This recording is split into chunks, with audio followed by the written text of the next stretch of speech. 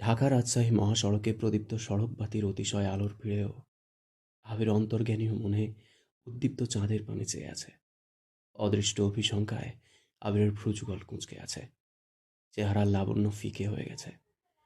আকাশের ঔজ্জ্বল্য চাঁদে আনমনেই নিজের চাঁদকে খুঁজছে। হৃদয়ের মণিকোঠায় সঙ্গোপনে আত্মতায় রাখা প্রিয়তমাকে মনের কথা জানিয়ে এখন নিজেই কুণ্ঠিত হচ্ছে। মেঘকে আংটি খুলে রাখতে বলেছে ঠিকই, কিন্তু মেঘ যে আংটি খুলে রাখার মেয়ে না, এটাও আবিরের অজানা নয়। গত বছরের দেওয়া ডায়মন্ড রিংটা প্রথম প্রথম আঙুল থেকে খুলতেই চাইতো না মেঘ। আকলিমা খান, হালিমা খানরা কয়েকবার জিজ্ঞেস করেছেন এটা কিসের রিং, কে দিয়েছে, ডায়মন্ড কি না। আবিরের তানভীর বহু কষ্টে ওই সিচুয়েশন সামলেছিল। তখন অনেক মেঘকে বুঝিয়ে আংটি খুলিয়ে রাখতে সক্ষম হয়েছিল ঠিকই, তবে এবার আর সেই সামর্থ্য নেই। মেঘের মনে এখন আর কোনো দ্বিধা নেই, নেই কোনো আতঙ্ক। অথচ আবিরের পরিশ্রান্ত মস্তিষ্কের আতঙ্ক ক্রমে ক্রমে বেড়েই চলেছে। ভেবেছিল আজ বাসায় কথা বলে যা হোক সিদ্ধান্ত নিয়ে নেবে, কিন্তু পরিস্থিতি যে তার অনুকূলে ছিল না। আবিরের এখন সবচেয়ে বড় ভয় সিফাত নামক ছেলেটাকে নিয়ে। নিজের গ্রামের ছেলে বলে আলিমত খান তাকে একটু বেশি প্রায়োরিটি দিচ্ছেন। তার ছোটোখাটো ভুল, খারাপ দৃষ্টি, বাজে আচরণ কোনো কিছুই যেন চোখে পড়ে না ওনার। নির্ঘুম রাত কাটিয়ে ভোরের আলো ফুটতেই আবির রাজশাহী পৌঁছেছে।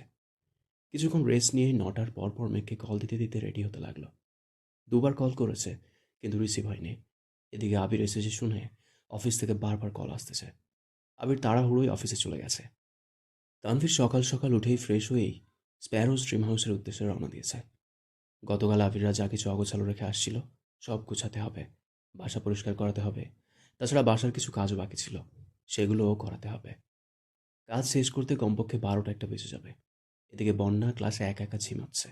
মিষ্টি, সাদিয়া, মেঘ কেউই আজ ক্লাসে আসেনি, তাই খুব বোরিং লাগছে। মিনহাজদের সাথে কথা বলতেও ইচ্ছে করছে না। ক্লাস শেষে সবার আগে বের হয়ে কিছু দূর এগুতেই একটা ছেলেকে দেখল। পেছন থেকে দেখতে অবিকল তানভীরের মতো। বন্যা আনমনে হেসে এগিয়ে গেল সেদিকে। পরশুদিন রাতে প্রায় ৩টা পর্যন্ত তানভীরের সাথে কথা হয়েছিল বন্যার। পুরোটার সময় মেঘ আর আবিরকে নিয়েই কথা হয়েছিল। ওদের কথা শেষ করে তানভীর যেই বন্যাকে নিজের কথা বলতে যাবে, ততক্ষণে বন্যা অর্ধ ঘুমে তলিয়ে গেছে। তানভীর দু একবার মৃদু স্বরে ডেকেছে। বন্যা ঘুমের ঘোরে শুধু হু হু করছিল। তারপর বন্যার আর কিছুই মনে নেই। গতকাল সারাদিনে একবার তানভীরের সাথে কথা হয়েছিল, সেটাও মেঘের ব্যাপারে। মেঘকে সবকিছু বলে দিয়েছে কিনা সেটাই শুধু জিজ্ঞেস করেছিল। বন্যা হ্যাঁ বলায় তানভীর রাগী স্বরে বলেছিল, আমি শুধু তোমাকে জানিয়েছি, আর তুমি না বুঝে সেটা বনুকে বলে দিলা। সকালে উঠে আমাকে একবার জিজ্ঞেস করতে পারতে।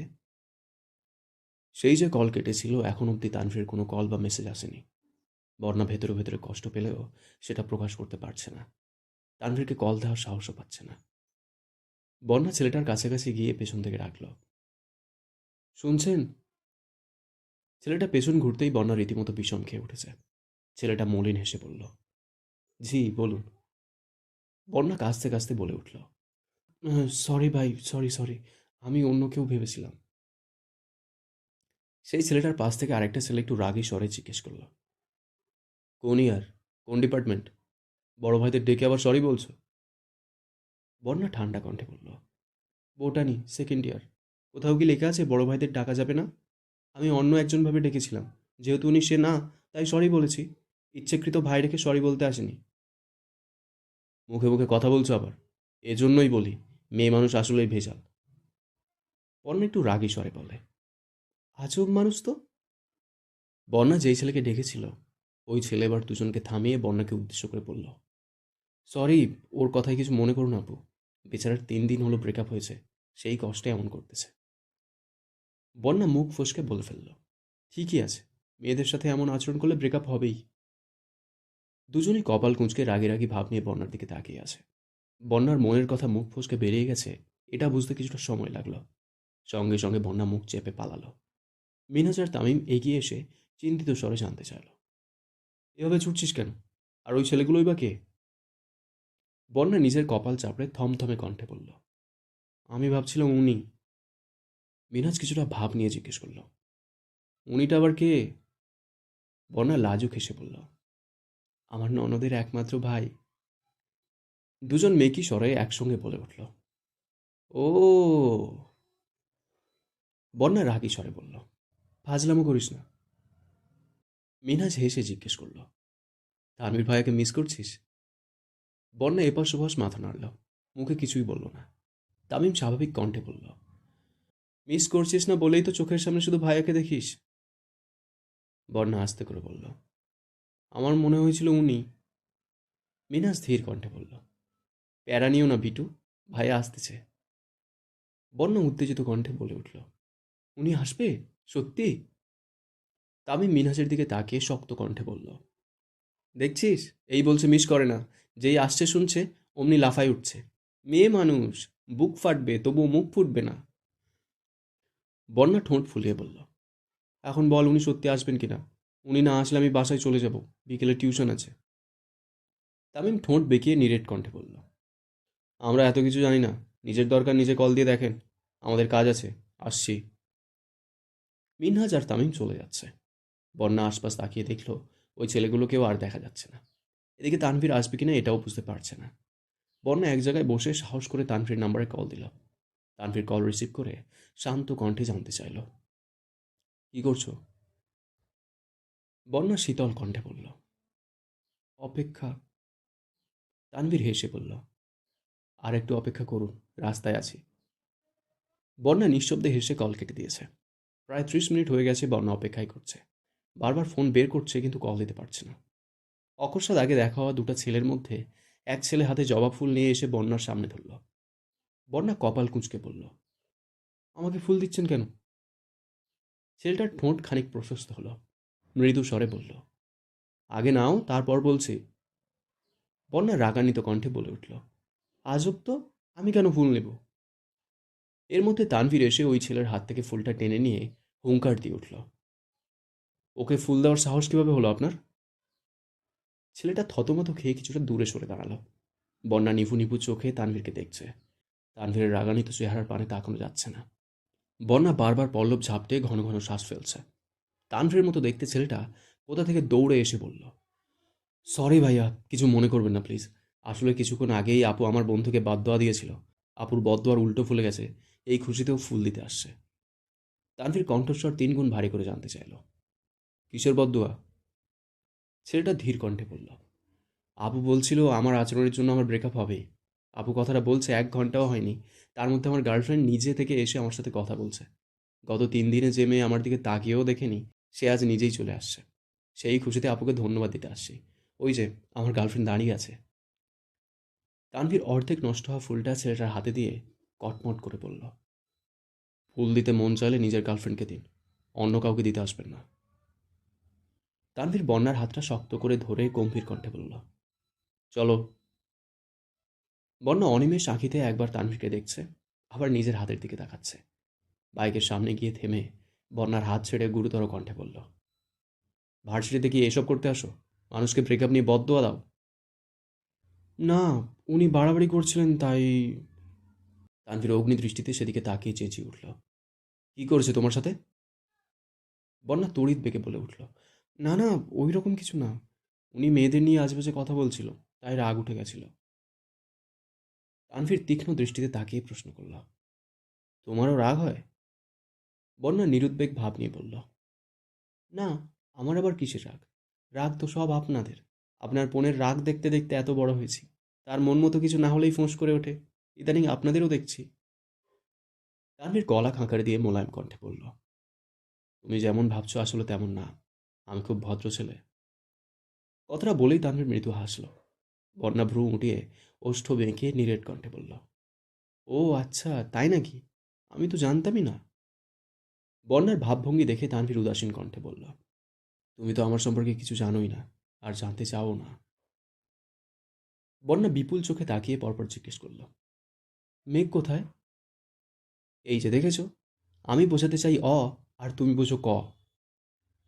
তানভীর অন্যদিকে তাকিয়ে গম্ভীর কণ্ঠে বলল, আমি শুধু শুধু এতটা পথ পেরিয়ে আসছি। বন্যা মুচকি হেসে বলল, আসলে আপনি না আসলে কি সুন্দর জবা ফুলটা এখন আমার হাতে থাকতো। তানভীর কপাল কুঁচকে বাইকে বসে রাগান্বিত কণ্ঠে বলল, বসো। কেন? বসতে বলছি। বন্যা চুপচাপ উঠে বসল। তানভীর কাঁধে হাত রাখতে গিয়েও লজ্জায় হাত রাখতে পারল না। তানভীর মিররে সেই দৃশ্য দেখে মুচকি হাসল। জনশূন্য একটা রোডে এসে বাইক থামালো। বন্যাকে দাঁড় করিয়ে তানভীর একটা গলিতে ঢুকল। 5 মিনিটের মধ্যে জবা গাছের ডাল সমেত অনেকগুলো লাল টকটকে জবা ফুল নিয়ে হাজির হলো। বন্যা বিপুল চোখে তাকিয়ে আছে, নিরুদ্বেগ সেই চাহনি। এই চোখের ভাষা বোঝার সাধ্যই কারো নেই। এভাবে তাকানোতে বন্যার থুতনিতেও ভাঁজ হয়ে আছে। তানভীর গভীর নেত্রে বন্যার দিকে তাকিয়ে বরাবরের মতো ভারী কণ্ঠে বলল, এই নাও তোমার জবা ফুল। বন্যার দৃষ্টি তখনও তানভীর চোখের দিকে। বন্যা ভ্রু কুঁচকে বলল, আমি কি আপনার কাছে ফুল চেয়েছি? চাওনি, কিন্তু মানুষের থেকে নিতে পারোনি বলে আফসোস তো ঠিকই করছিলে। আমি তখন মজা করেছিলাম। তানভীর মুখ ফুলিয়ে শ্বাস ছেড়ে তপ্ত স্বরে বলল, এমন মজা কখনো করো না যেটা অপর মানুষের হৃদয়ে আঘাত করে। তানভীরের হঠাৎ পরিবর্তন দেখে বন্যা সূক্ষ্ম নেত্রে তাকিয়ে রইল। নিজেই হাত বাড়িয়ে ডালগুলো হাতে নিল। পরপর বাইকে বসে বরাবরের মতো সুপরিচিত জায়গায় এসে বসল। তানভীরের সাথে একা বের হলে তানভীর সবসময় এখানেই নিয়ে আসে। দুজন মুখোমুখি বসা, কারো মুখে কোনো শব্দ নেই। বন্যা শান্ত কণ্ঠে শুধালো, আপনি কি রেগে আছেন? না। বন্যা ঠাট্টার স্বরে বলল, মিথ্যা কথা বললে আপনাকে খুব সুন্দর লাগে। তানভীর ভ্রু কুঁচকে চোখ ছোট করে তাকিয়ে বলল, ও, তার মানে এমনিতে ভালো লাগে না? বন্যা ঢোক গিলে কথা কাটানোর জন্য উষ্ণ স্বরে জিজ্ঞেস করল, মেঘ কোথায়? বাসায়। কি করে? ঘুমাচ্ছে বোধহয়। আবির ভাইয়া কোথায়? রাজশাহী। বন্যা আঁতকে উঠে জিজ্ঞেস করল, রাজশাহী কেন? অফিসে কিছু সমস্যা হয়েছে, তাই যেতে হয়েছে। একটা কথা জিজ্ঞেস করি? করো।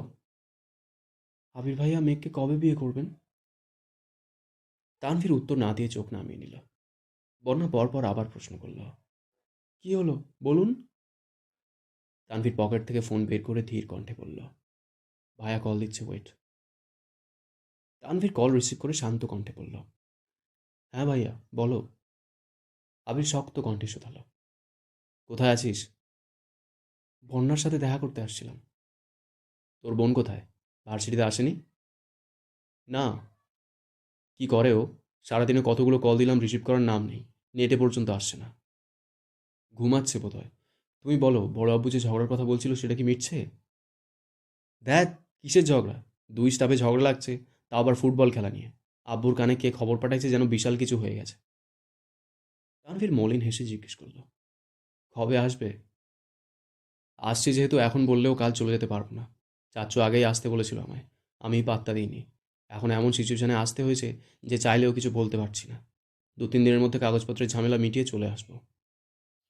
আচ্ছা, সাবধানে থেকো। আবির শীতল কণ্ঠে বলল, তানভীর শোন, বাসায় গিয়ে সবার আগে তোর বোনকে বলবি আমায় কল দিতে। রাত থেকে কথা বলতে পারছি না, কল রিসিভ করছে না, কষ্ট লাগতেছে ভাই। তানভীর কিছু বলার আগেই আবির বলল, তোদের বিরক্ত করার জন্য দুঃখিত। তানভীর বন্যার সাথে কিছুক্ষণ কথা বলে বন্যাকে বাসা পর্যন্ত পৌঁছে দিয়ে আসছে। আজও মোখলেস মিয়ার সাথে দেখা হয়েছে। ইদানিং তানভীরকে গলিতে ঢুকতে দেখলেই উনি রাস্তায় দাঁড়িয়ে তানভীর জন্য অপেক্ষা করেন। তানভীর আসলে রাস্তা আটকে তানভীরকে নামিয়ে নিয়ে গিয়ে চা খেতে খেতে গল্প করেন। প্রথম প্রথম তানভীরের বিরক্ত লাগলেও এখন ব্যাপারটা বেশ ভালো লাগে। আবির সারাদিন অফিস শেষ করে টুকিটাকি শপিং করে বাসায় ফিরতে প্রায় 10টা বেজে গেছে। এর মধ্যে মেঘকে অনেকবার কল দিয়েছে, কিন্তু মেঘ কল রিসিভ করছে না। তানভীরও বাহিরে। হালিমা খানকে কল দিয়ে কিছুক্ষণ কথা বলেছে। মেঘের কথা জিজ্ঞেস করায় উনি শান্ত গলায় বলেছেন, খেয়ে ঘুমিয়ে পড়েছে। কথাটা শোনা মাত্র আবিরের মন আরও বেশি খারাপ হয়ে গেছে। একটা মানুষ সারা দিন কিভাবে ঘুমাতে পারে? আবির ফ্রেশ হয়ে শুয়ে মেঘের ছবি দেখছে আর একটু পরপর কল দিচ্ছে। এমন করতে করতে একসময় আবিরও ঘুমিয়ে পড়ছে। গতকালের মতো আজও ঘুম ভাঙার পর মেঘের নাম্বারে কল দিল, কিন্তু এবারও রিসিভ হলো না। বাসায় কল দিয়েও আশানুরূপ কোনো উত্তর পায়নি। হালিমা খান বলছেন জানেন না, মালিয়া খান বলছেন হয়তো ভার্সিটিতে গেছে। এদিকে তানভীরকে কল দিচ্ছে, তানভীর সকাল থেকেই ব্যস্ত। তানভীরের ফ্রেন্ডের আম্মু অসুস্থ, সেখানেই দৌড়াদৌড়ি করছে। আবির রাজশাহী এসেছে ঠিকই, কিন্তু তার মন পড়ে আছে খানবাড়িতে। মেঘের সঙ্গে কথা বলতে পারছে না। ও কি করছে, কেমন আছে কিছুই জানতে পারছে না দেখে আবিরের মনের অবস্থা খুব খারাপ হয়ে আছে। অফিসের কাজেও বিশেষ মনোযোগ দিতে পারছে না। টেবিলে কাগজপত্র ছড়িয়ে আনমনে ভাবছে, আমি এখানে আসায় মেঘ কি রেগে গেছে? এজন্যই কি আমার কল রিসিভ করে না? কিন্তু মেঘ তো এমন না। ও রাগ করলেও আমার কলটা তো রিসিভ করতো। বিকেল দিকে অফিস থেকে বের হয়েই মেঘকে কল দিল। বরাবরের মতো এবারও রিসিভ হলো না। পরপর তানভীরকে কল দিল। তানভীর কল রিসিভ করতেই আবির ঠান্ডা কণ্ঠে শুধালো, কোথায় তুই? বাইরে কেন? বাসার কেউ কল রিসিভ করছে না। তোর বোনও রাগ করে বসে আছে। আব্বু পর্যন্ত রিসিভ করছেন না। আমি আর অপেক্ষা করতে পারতেছি না। আমি আব্বুকে ফোনেই সব বলে দিব। তুই বাসায় গিয়ে আব্বুকে ফোনটা দে। তানভীর রাজভারী কণ্ঠে বলল, বড় আব্বু এখন কথা বলার অবস্থায় নেই। কেন? কি হয়েছে? শিফাত ভাইয়া বাসায় আসছেন। হোয়াট? হোয়াই? আমি জানি না। আবির রাগে বলল, আব্বু গিয়ে নিয়ে আসছে? না না, বড় আব্বু কিছু জানেন না। হুট করেই চলে আসছে। এখন আর কি, রান্না করা হচ্ছে, খাইয়ে বিদায় দেবে বোধহয়। আবির কণ্ঠ 3 গুণ ভারী করে বলল, সিফাত বাসায় আসছে অথচ আমায় কেউ জানায়নি কিছু। তুই বা বাইরে কি করছিস? মেঘ কোথায়? আমি বনুকে নিয়ে বের হয়েছি। বের হয়েছিস মানে? কোথায় বের হয়েছিস? আর ফোনটা ওকে দে।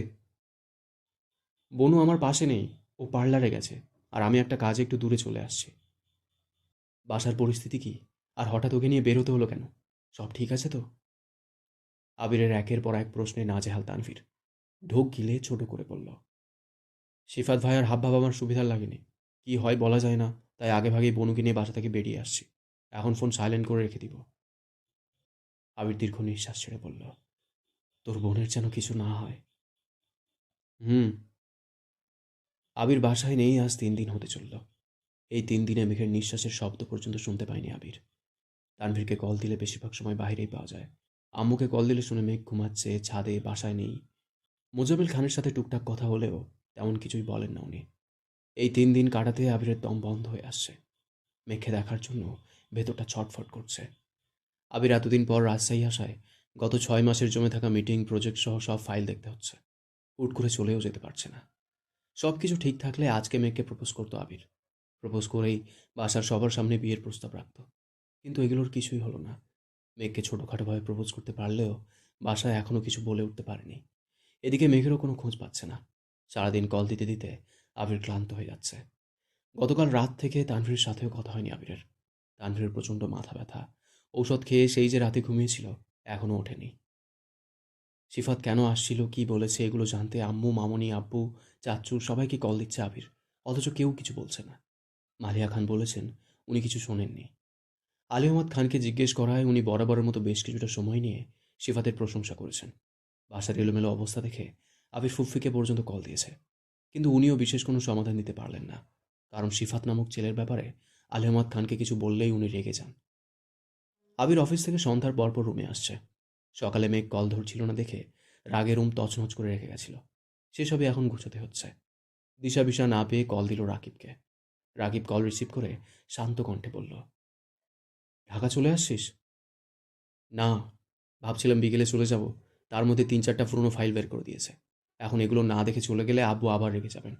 আসার সময় এমনিতেই সরি টরি বলে আসছে, তাই ওনাকে রাগানোর মতো কাজ আর করা যাবে না। ও আচ্ছা। রাকিব শোন। হ্যাঁ বল। আমাদের বাসায় যাবি একটু? বাসার কি অবস্থা কিছু বুঝতে পারছি না। কারোর সঙ্গে কথা পর্যন্ত বলতে পারছি না। তুই যাবি একটু? আমি কিভাবে যাব? তোর আব্বুকে আমি এমনিতেই খুব ভয় পাই। গেলেই 10টা কথা জিজ্ঞেস করবে, উত্তর দিতে পারবো না, তখন উল্টো বাঁশ খাবো। তার থেকে ভালো হয় তুই রাতটা কাটিয়ে ভোরে রওনা দিস। তুই বাসার আসার আগেই আমি সেখানে উপস্থিত থাকবো। আবির কিছু বলতে পারল না। মুখের ওপর কল কেটে দিয়েছে। 3 দিন পর আবির ঢাকায় ফিরেছে। বেলা 11টা বেজে 47 মিনিট। বাসার মানুষের সাথে 19 ঘন্টা যাবৎ কথা হয় না। আবির বাস স্ট্যান্ড থেকে রিক্সা নিয়ে সরাসরি বাসার উদ্দেশ্যে রওনা দিল। বাসার সামনে এসে রিক্সা থেকে নেমে বাড়ির দিকে তাকিয়ে থমকে দাঁড়ালো। পুরো বাড়ি আলোকসজ্জায় সজ্জিত। 4-5টা ছেলে খুব তাড়াহুড়োতে সেই সাজানো আলোকসজ্জা খুলতে ব্যস্ত। মাটিতে জিনিসপত্রের নাজেহাল অবস্থা। আবির গেটের সামনে আসতেই দারোয়ান আঙ্কেল মলিন হেসে জিজ্ঞেস করলেন, বাবা, ভালো আছো? আবির কোনো রকমে ভালো বলেই ভেতরে চলে গেল। ড্রয়িং রুমে কোনো মানুষ নেই। হালিমা খান রান্নাঘরে কী যেন করছেন। আবির আশেপাশে কাউকে না পেয়ে ব্যাগ ফেলে ছুটল মেঘের রুমের দিকে। ব্যস্ত হাতে ধাক্কা দিল মেঘের রুমের চাপানো দরজায়। রুম সম্পূর্ণ ফাঁকা। বিছানা টান টান করে বিছানো। এত গুছানো মেঘের রুম কখনো দেখেনি আবির। আবির একে একে সবগুলো রুম দেখতে লাগলো। তানভীর, মিম, কেউ নেই। ছাদ পর্যন্ত ছুটে গেল আবির। কোথাও কারো অস্তিত্ব নেই। আবিরের নিঃশ্বাস এলোমেলো, চোখ জ্বলছে, ঠোঁট কাঁপছে। আবারও দৌড়ে নিচে আসলো। ততক্ষণে আলী আহমদ খান আর মোজাম্মেল খান সোফায় এসে বসেছেন। আলী আহমদ খান আবিরকে আর চোখে দেখে স্বাভাবিক কণ্ঠে বললেন, কখন আসছো? আবির কণ্ঠ দ্বিগুণ ভারী করে উদ্বিগ্ন কণ্ঠে জিজ্ঞেস করল, মেঘ কোথায়? আলী আহমদ খান কপাল কুঁচকে ভারী কণ্ঠে বললেন, তুমি কি আমার কথা বোঝোনি? আমি তোমাকে জিজ্ঞেস করেছি তুমি কখন আসছো। আবিরের শরীর ঘামছে। সারা বাড়ি ছুটে এসে এখন স্থির হতে পারছে না। ঘন ঘন শ্বাস ছেড়ে পূর্বের তুলনায় আরো ভারী কণ্ঠে জিজ্ঞেস করল, আমি জিজ্ঞেস করছি মেঘ কোথায়? ও যেখানে থাকার সেখানেই আছে। মানে? কোথায় ও? মোজাম্মেল খান এবার মৃদু স্বরে বললেন, শ্বশুর বাড়িতে। কথাটা কর্ণকুহরে প্রবেশ মাত্রই আবিরের মাথা চক্কর দিয়ে উঠেছে। মনে হচ্ছে মাথায় পুরো আকাশ ভেঙে পড়েছে। চোখে সবকিছু অন্ধকার দেখছে। আবির রাগান্বিত কণ্ঠে চেঁচিয়ে উঠল, আপনারা কি ফাজলামি করছেন আমার সাথে? মোজাম্মেল খান তপ্ত স্বরে বললেন, গলা নামিয়ে কথা বলো। তোমার সাথে কি আমাদের ফাজলামো করার সম্পর্ক? আবিরের কানে কিছু ঢুকছে না। অনবরত মাথা ঘুরছে আবিরের। রাগে গজ গজ করতে করতে বলল, মেঘের বিয়ে হতে পারে না। আমার মেঘ কোথায়? মোজাম্মেল খান ধীর কণ্ঠে বললেন, কেন হতে পারে না? তুমি আমাকে 6 মাস সময় দিয়েছিলে। সেই 6 মাস পেরিয়ে গেছে। তাই আমি আমার মেয়েকে বিয়ে দিয়ে দিয়েছি। আবিরের দু চোখ টকটকে লাল হয়ে আছে। কান দিয়ে গরম বাতাস বের হচ্ছে। পরনের শার্ট ভিজে একাকার অবস্থা। আবির দু হাতে চোখ মুখ মুছে গুরুতর কণ্ঠে শুধালো, তানভীর কোথায়? মোজাম্মেল খান ঠান্ডা কণ্ঠে বললেন, মেঘের সঙ্গে গেছে। আবির দুর্বোধ্য দৃষ্টিতে আলী আহমদ খান ও মোজাম্মেল খানকে দেখছে। ওনাদের স্বাভাবিক মুখভঙ্গি দেখে আবিরের কৃষ্ণ লাল চোখ দুটো আগ্নেয়গিরির লাভার ন্যায় রক্তাভ বর্ণ ধারণ করছে। বুকের বাম পাশে বক্ষপিঞ্জরে আবদ্ধ প্রায় 300 গ্রামের হৃৎপিণ্ডটা দুমড়ে মুচড়ে ভেঙে চুরমার হয়ে যাচ্ছে। আচমকা দুঃস্বপ্নগুলো মস্তিষ্কে হুমড়ি খেয়ে পড়েছে। এলো পাতাড়ি ছুটছে ভয়ঙ্কর সব নিষিদ্ধ চিন্তা। চোখের সামনে বারবার মেঘের আদুরে আদলখানা ভাসতেছে। 19 ঘন্টা ধরে ঠিকমতো খাওয়া নেই আবিরের। বাসার কারোর সাথে কোনো যোগাযোগও ছিল না। তানভীরকে শখানেক কল দিয়েছে, কিন্তু রিসিভ হয়নি একটা কলও। বাসার এই শ্বাসরুদ্ধকর পরিস্থিতি দেখে প্রচণ্ড মানসিক যন্ত্রণায় ভুগছে। আবির দু হাতে মাথা চেপে অগ্নিঝরা কণ্ঠে চিৎকার করল, আমি বিশ্বাস করি না। সত্যি করে বলুন, মেঘ কোথায়? মোজাম্মেল খান রাগী স্বরে বললেন, এক কথা তোমাকে কতবার বলতে হবে? হালিমা খান ডাইনিং টেবিলের সামনে মাথা নিচু করে দাঁড়িয়ে আছেন। বাড়িতে আর একটা মানুষও নেই। বাইরে ডেকোরেশনের লোকজনদের হাউকাউ শোনা যাচ্ছে। আবির ঠিকমতো নিঃশ্বাস নিতে পারছে না। আশেপাশে তাকিয়ে জোরে শ্বাস টেনে শক্ত কণ্ঠে বলল, যতক্ষণ না আপনারা সত্যি কথা বলছেন ততক্ষণ আমি এক কথাই জিজ্ঞেস করব। সত্যি এটাই, আমার মেয়ের বিয়ে হয়ে গেছে আর আমার মেয়ে সুখে আছে। আবিরের হৃদস্পন্দন থেমে গেছে। পরপর অপ্রতিভ কণ্ঠে বলে উঠল, কোন সুখের কথা বলছেন আপনি? ওর জীবনে সব সুখ জড়িয়ে আছে আমার সাথে। মেঘ শুধু আমার। ওকে আমার থেকে কেউ আলাদা করতে পারবে না। আপনারা যে মিথ্যা নাটকটা সাজিয়েছেন, সেই নাটকের মঞ্চ ভেঙে আমি আমার মেঘকে ঠিক আমার করে নিব। মোজাম্মেল খান আর কিছু বললেন না। উনি সোফায় হেলান দিয়ে বসে আছেন। আলী আহমদ খান গুরুবার কণ্ঠে বলে উঠলেন, কী সব আবোল তাবোল কথা বলছো? তোমার মাথা কি নষ্ট হয়ে গেছে? আবির ভেজা কণ্ঠে বলে উঠল, হ্যাঁ, আমার মাথা নষ্ট হয়ে গেছে। আপনাদের এই তালবাহানা আমি আর নিতে পারছি না। আব্বু, চাচ্চু, আমি আপনাদের দুজনকেই বলছি, আমি মেঘকে ভালোবাসি, খুব বেশি ভালোবাসি। আমার জীবনের সবটুকু জুড়ে শুধু মেঘের অবস্থান। ওকে ছাড়া আমি আমার পৃথিবী কল্পনাও করতে পারবো না। আপনাদের কাছে আমার একটাই রিকোয়েস্ট, প্লিজ মেঘকে আমায় দিয়ে দেন। আমি ওকে রানী বানিয়ে রাখবো। আমি ওর গায়ে কোনো দিন কোনো আঁচড়ও পড়তে দিব না, প্লিজ। আলী আহমদ খান কপাল গুটিয়ে ঠান্ডা কণ্ঠে বললেন, তুমি মেঘ মামনিকে ভালোবাসো এটা কোনোদিন বলেছো আমাদের? এখন এসব বলে কোনো লাভ নেই। তুমি তোমার জীবনে ফোকাস করো। মেঘ মামনি তার জীবন নিয়ে খুব ভালো আছে। প্রায় 5-7 মিনিট আবির আর আলী আহমদ খানের কথোপকথন চলল। আবিরের রাগ নিয়ন্ত্রণের বাইরে, তবুও বারবার নিজেকে সান্ত্বনা দিচ্ছে। মনকে বোঝাচ্ছে, মেঘের কিছু হয়নি, সব ঠিক আছে। মেঘের বিয়ে হতেই পারে না। তানভীর সব কিছু সামলে নিয়েছে। আবির শান্ত থাকলেও আলী আহমদ খান বেশ ক্ষুব্ধ। মোজাম্মেল খান ফোন হাতে নিয়ে নিশ্চুপ বসে আছেন। আলী আহমদ খান একাই আবিরের সাথে কথা কাটাকাটি করছেন। বাবা ছেলের মাঝে হালিমা খানও কিছু বলতে পারছেন না। আবির এক পর্যায়ে হালিমা খানের কাছে ছুটে গেল।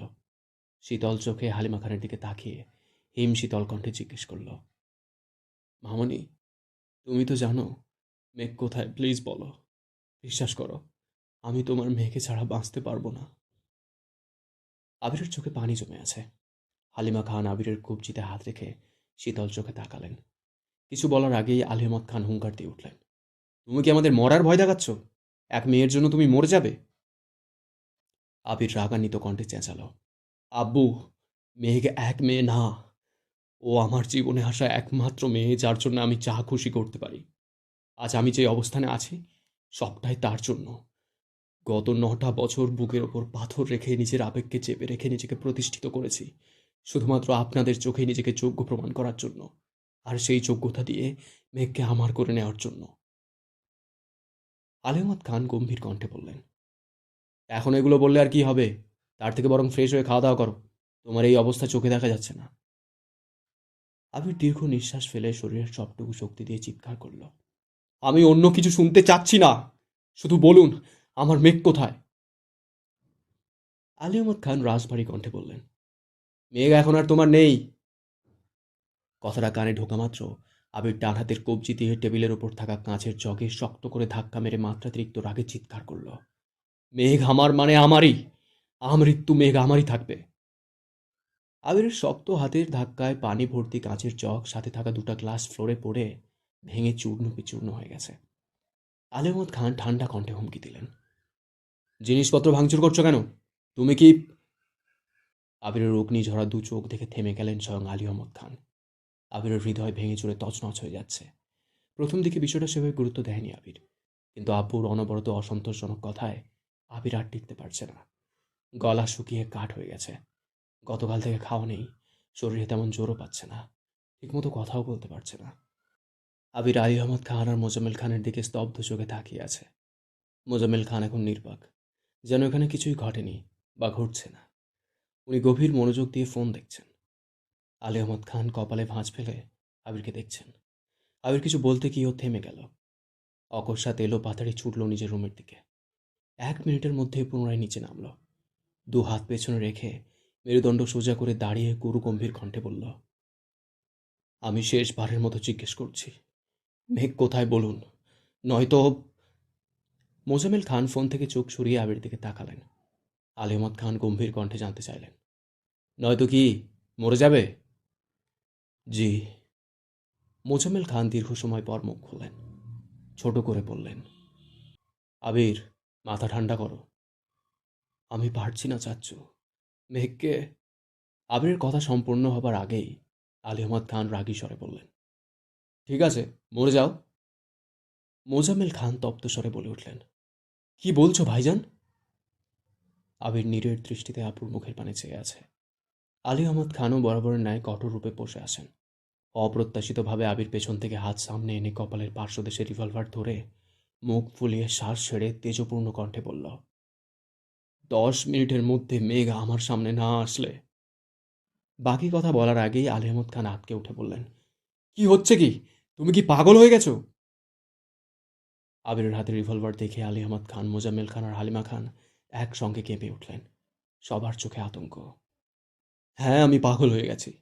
এতগুলো বছর যাকে নিজের থেকেও বেশি ভালোবেসেছি, যাকে নিজের সবটুকু সামর্থ্য দিয়ে আগলে রেখেছি, তাকে ছেড়ে থাকা আমার পক্ষে সম্ভব না। হয় মেঘকে এনে দেবেন, নয়তো আমার লাশ দাফনের ব্যবস্থা করবেন। মোজাম্মেল খান মেরুদণ্ড সোজা করে বসে চট জলদি তানভীরকে কল দিচ্ছেন আর উদ্বিগ্ন কণ্ঠে বলছেন, আবির প্লিজ, তুমি মাথা ঠান্ডা করো, মেঘ এখনই আসতেছে। আলী আহমদ খান আবিরের কাছে যেতে নিলে আবির দু পা পিছিয়ে তপ্ত স্বরে বলল, আমাকে আটকানোর চেষ্টা করবেন না, প্লিজ। মোজাম্মেল খান আলী আহমদ খানকে টেনে সোফায় বসিয়ে অত্যন্ত নমনীয় কণ্ঠে বললেন, আবির, আমি জানি তুমি এত দুর্বল মন মানসিকতার ছেলে নও।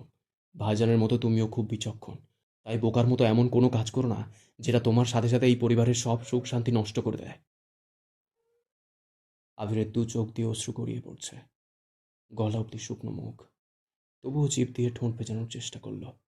মোজাম্মেল খানের দিকে অদম্য দৃষ্টিতে তাকিয়ে সুস্থির কণ্ঠে বলতে শুরু করল, চাচ্চু, আপনি আমাকে যতই চতুর ভাবুন না কেন, সত্যি এটাই, আমি বড্ড বোকা। যখন 6 বছরের অবুঝ মেয়েটা আকুল কণ্ঠে আমায় বলেছিল, কখনো আমায় ছেড়ে যেতে পারবা না, আমি বোকার মতো তাকে ছুঁয়ে প্রমিস করেছিলাম, যাই হয়ে যাক না কেন, আমি বেঁচে থাকলে কোনো দিনও ওকে ছেড়ে যাব না। আমি যদি বোকা না হতাম তাহলে সেদিন ওকে প্রমিস করতাম না, আর আজ আপনাদের সামনে চিৎকার করে বলতামও না যে আমার ওকেই লাগবে। হয়তো আমার জীবনটা মেঘ কেন্দ্রিক হতোই না, আর আমার জন্য আপনাদের এত বছরের ইতিহাস, ঐতিহ্য, মান সম্মানও এভাবে নষ্ট হতো না। আবির শ্বাস ছেড়ে আলী আহমদ খানের দিকে তাকিয়ে বলতে শুরু করলো, আব্বু, আমি সত্যিই দুঃখিত। আপনার মতো একজন বিচক্ষণ মানুষের সন্তান হয়েও আমি এত বোকা হয়েছি। নয়তো একটা মেয়ের জন্য নিজের জীবন দিতে একবার হলেও ভাবতাম। সব সময় আপনিই বলে এসেছেন, কখনো কাউকে কথা দিলে নিজের জীবন থাকা পর্যন্ত সেই কথা রাখার চেষ্টা করতে হয়। যেই মেঘের মোহে জর্জরিত আবিরের হৃদয়, সেই মেঘকে দেওয়া কথা রাখতে না পারলে আমার এই জীবন রাখার কোনো প্রশ্নই আসে না। আমি না হয় বোকা হয়ে এই পৃথিবীর মায়া ত্যাগ করব। আবিরের দু চোখ বেয়ে স্বচ্ছন্দ গতিতে অশ্রু গড়িয়ে পড়ছে। আবিরের মুখের পানে তাকিয়ে হালিমা খানও নীরবে কাঁদছেন। আলিমাত খান অবাক লোচনে ছেলের মুখের পানে চেয়ে আছেন। এই আবিরকে উনি চিনতে পারছেন না। বোধশক্তি হওয়ার পর থেকে আবিরকে কোনো দিনও এভাবে কাঁদতে দেখেননি তিনি। আলিমাত খান নিজের বন্ধু মহলে বরাবরই নিজের ছেলেকে একজন সাহসী, বুদ্ধিমান, দৃঢ় মন মানসিকতার মানুষ হিসেবে পরিচয় দিয়ে এসেছেন।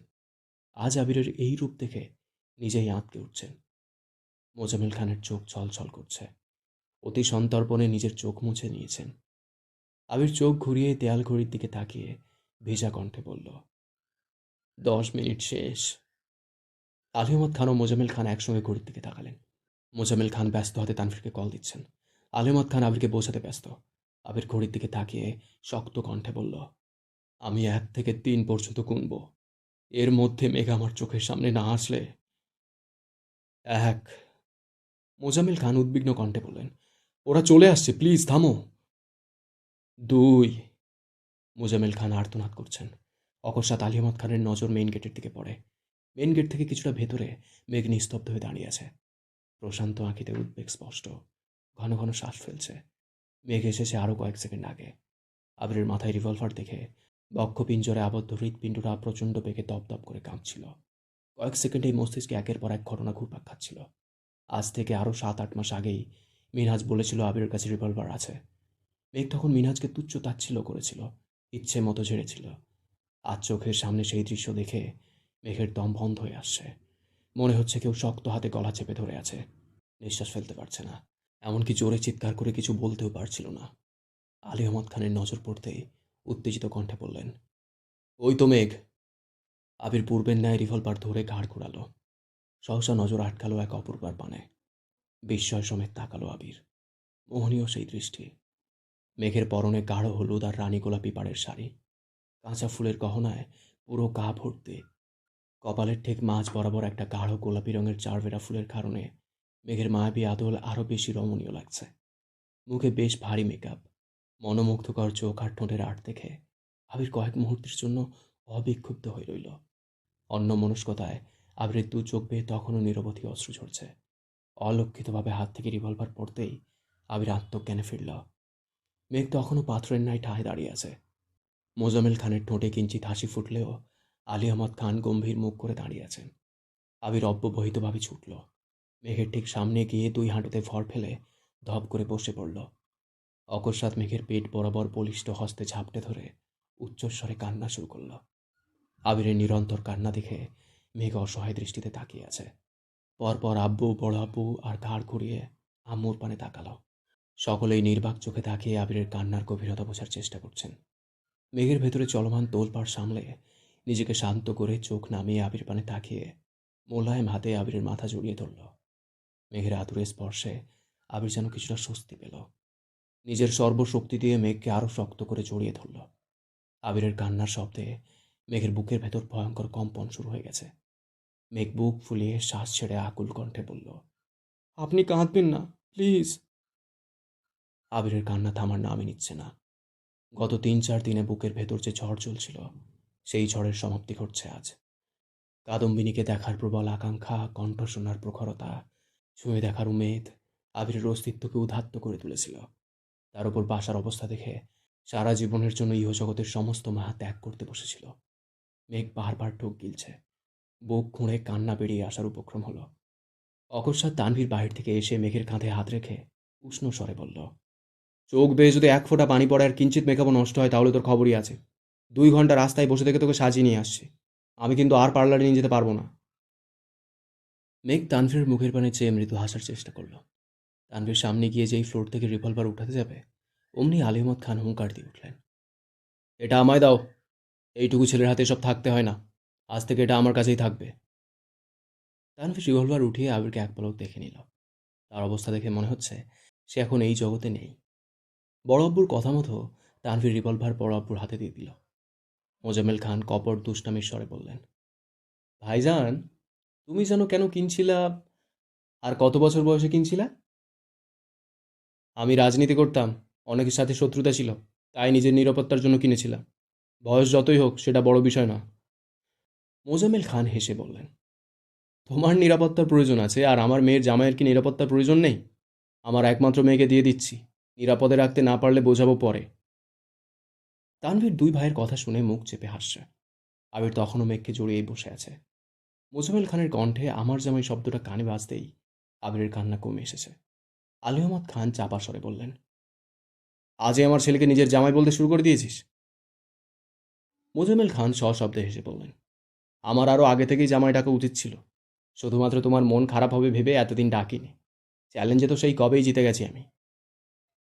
আলী আহমদ খান গুরু গম্ভীর কণ্ঠে বললেন, চ্যালেঞ্জে জিতেছিস বলেই তো এতদিন এত খোঁচা দিয়েছিস আমায়, আর আমি চুপচাপ সহ্য করেছি। কিন্তু তোকে আমি আগেই বলেছিলাম, চ্যালেঞ্জে তুই জিতলেও আমি হার মানব না। দেখলি তো, আমি হার মানিনি, আর মানবও না। আর একটা কথা, খুশি হইতেছিস হ, তাতে আমার কোনো আপত্তি নেই, কিন্তু আমাকে আর খোঁচাতে আসিস না। দোয়া কর যেন তোর জিত হারে পরিণত না হয়। আলী আহমদ খান পুনরায় গিয়ে সোফায় বসলেন। মোজাম্মেল খান পেছন পেছন যেতে যেতে শুধালেন, তুমি কি বলতেছো ভাইজান, বুঝিয়ে বলো। তানভীর কিছু বলতে যাবে তখনই মিম, আদি, আইরিন, আরিফ, জান্নাত, আসিফদের হইচই শুনতে পেল। আকলিমা খান, মেহমুদা খান, ইকবাল খান একসঙ্গে বাসায় ঢোকেন। ইকবাল খান প্রথমে ঢুকে আবির মেঘকে দেখেই গলা খাঁকারি দিয়ে বললেন, আবির, আশেপাশে ছোট ভাই বোনেরা আছে। মিমদের হই হুল্লোড়ের শব্দ কানে ঢুকতেই আবির মেঘকে ছেড়ে সোজা হয়ে দাঁড়ালো। জান্নাত, আসিফ, আরিফ মিটিমিটি হাসছে। তারাও যে দেখেছে, চোখ মুখের ইশারায় সেটাই বোঝাচ্ছে। ওদের সবার হাতে বেশ কয়েকটা করে শপিং ব্যাগ। মালিহা খান সবার পেছনে ছিলেন। উনি ভেতরে এসে আবিরের চোখে পানি দেখে এগিয়ে গেলেন। ছেলের চোখ মুছতে মুছতে ঠান্ডা কণ্ঠে বললেন, কাঁদছিস কেন? আলী আহমদ খান সবাইকে এক পলক দেখে মালিহা খানকে উদ্দেশ্য করে বললেন, তোমরা তো দেরি করে আসলে কেন? আর কিছুক্ষণ আগে আসলেই ছেলের করুণ পরিণতি দেখতে পারতে। তখন তুমিও ছেলের মতো বসে বসে কান্না করতে। আবির শীতল কণ্ঠে বলল, আম্মু, তুমিও কি জানতে? জানতাম, তবে এত কিছু জানতাম না। গতকাল সন্ধ্যার পর তোর আব্বু সবাইকে ডেকে হুট করে তোর আর মেঘের বিয়ের কথা বলে বসলেন। কারো কোনো আপত্তি আছে কিনা জিজ্ঞেস করলেন। যেখানে তোর আব্বু নিজে থেকেই সিদ্ধান্ত নিয়েছেন আর ঘরের মেয়ে ঘরে থাকবে, এতে আমাদের তো খুশিই হওয়ার কথা। তারপরও আমার তোকে নিয়ে একটু ভয় ছিল, তুই রাজি হবি কি না। তখন তোর আব্বু বলল তোর মতামত জেনেই উনি সিদ্ধান্ত নিয়েছেন। তাই আমিও রাজি হয়ে যাই। তোর আব্বু সবাইকে শর্ত দেন যেন তুই আসার আগ পর্যন্ত বাসার কেউ কোনোভাবে তোকে কিছু না জানায়। তুই তো জানিস ওনার কথা অমান্য করা আমার পক্ষে সম্ভব না, তাই তোকে কিছু জানাতে পারিনি। মালিয়া খান শ্বাস ছেড়ে নিজেকে ধাতস্থ করে আবিরকে আবারও জিজ্ঞেস করল, তুই মেঘকে বিয়ে করতে রাজি তো, নাকি অন্য কাউকে পছন্দ করিস? আবির শীতল চোখে মালিয়া খানের মুখের পানে তাকিয়ে রইল। মালিয়া খান যেসবের কিছুই জানেন না, এটা বুঝতে সময় লাগলো না। আবির কিছু বলার আগেই আলী আহমদ খান পকেট থেকে একটা ফোন বের করে টেবিলের উপর রাখতে রাখতে মেঘ স্বরে বলে উঠলেন, যে ছেলে 5146 মিনিটে 5738 বার কাউকে কল দিতে পারে, তাকে তুমি জিজ্ঞেস করছো সে বিয়ে করতে রাজি আছে কিনা। কি সুন্দর দৃশ্য। মালিয়া খান কপাল গুটালেন। মোজাম্মেল খানও আশ্চর্য নয়নে তাকালেন। আবির ভ্রু কুঁচকে এগিয়ে গেল সোফার কাছে। পিছু পিছু মেঘও এগিয়ে গেল। মালিয়া খান চিন্তিত স্বরে জিজ্ঞেস করলেন, কিসের 5000 কত মিনিট আর 5000 কত কলের কথা বলছেন? কি হয়েছে? আলী আহমদ খান ফোনটা হাতে নিয়ে সবাইকে দেখিয়ে বললেন, এই যে ফোনটা, এটা মেঘ মামনির ফোন। গত 3-4 দিন যাবৎ আমার কাছে রেখেছিলাম। একবার ভেবেছিলাম ফোনটা একবার ভেবেছিলাম বন্ধ করে রাখবো, কিন্তু ছেলেকে পরীক্ষা করতে ফোনটা ইচ্ছে করেই খুলে রেখেছিলাম। বিশ্বাস করবা না, মিনিটে 2-3 বার করে কল দেয়। আর আমি ফোনের দিকে তাকিয়ে কেবল ভাবছিলাম, এই পাগল ছেলে আমার হতে পারে না। সবার নজর আবিরের দিকে। আবির কিছুটা লজ্জা পেয়ে চোখ নামিয়ে নিয়েছে। মেঘ ফিস করে বলল, আমি ভাবতেও পারিনি আপনি এত কম কল দিবেন। অন্ততপক্ষে 10,000 কল আশা করেছিলাম। আবির ভ্রু কুঁচকে ভারী কণ্ঠে বলল, মুখটা বন্ধ রাখুন, নয়তো আপনার কপালে দুঃখ আছে। মালিয়া খান উত্তেজিত কণ্ঠে বললেন, আবির তাহলে মেঘকে আগে থেকেই পছন্দ করে? মোজাম্মেল খান ঠাট্টার স্বরে বললেন, ভাবি, আমি এই কথাটাই ভাইজানকে গত 1 বছর যাবৎ বোঝাচ্ছিলাম, কিন্তু উনি কিছুতেই বুঝতে চাইছিলেন না। ওনার একটাই কথা, ওনার ছেলে এমন কাজ করতেই পারে না। ভাইজান কেমন মানুষ সেটা তো আপনার অজানা নয়। আবির মেঘ দুজনেই আশ্চর্য নয়নে তাকিয়ে আছে। বাকিরা সবাই চুপচাপ দাঁড়িয়ে আছেন। মালিয়া খান অবাক চোখে তাকিয়ে বলে উঠলেন, 1 বছর? মোজাম্মেল খান তপ্ত স্বরে বলতে শুরু করলেন, আমি 1 বছরের আরও 3-4 মাস আগে জানতে পেরেছি। আমার এক বন্ধু একদিন আমাকে আবির আর মেঘের একটা ছবি পাঠিয়েছিল।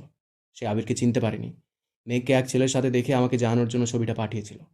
ছবিটা দেখে আমার অবশ্য এরকম কিছু মনে হয়নি, কিন্তু মেয়ের বাবা যেহেতু, তাই মনে একটু সন্দেহ ঢুকেছিল। যেখানে আবির বাসায় মেঘের সাথে ঠিকমতো কথা বলে না, যতটুকু বলে সেটাও বড় ভাইয়ের মতো ফর্মাল কথাবার্তা, সেখানে আড়ালে সে আমার মেয়েকে নিয়ে ঘুরে বেড়াচ্ছে। সেই থেকে আমি পর্যবেক্ষণ শুরু করলাম।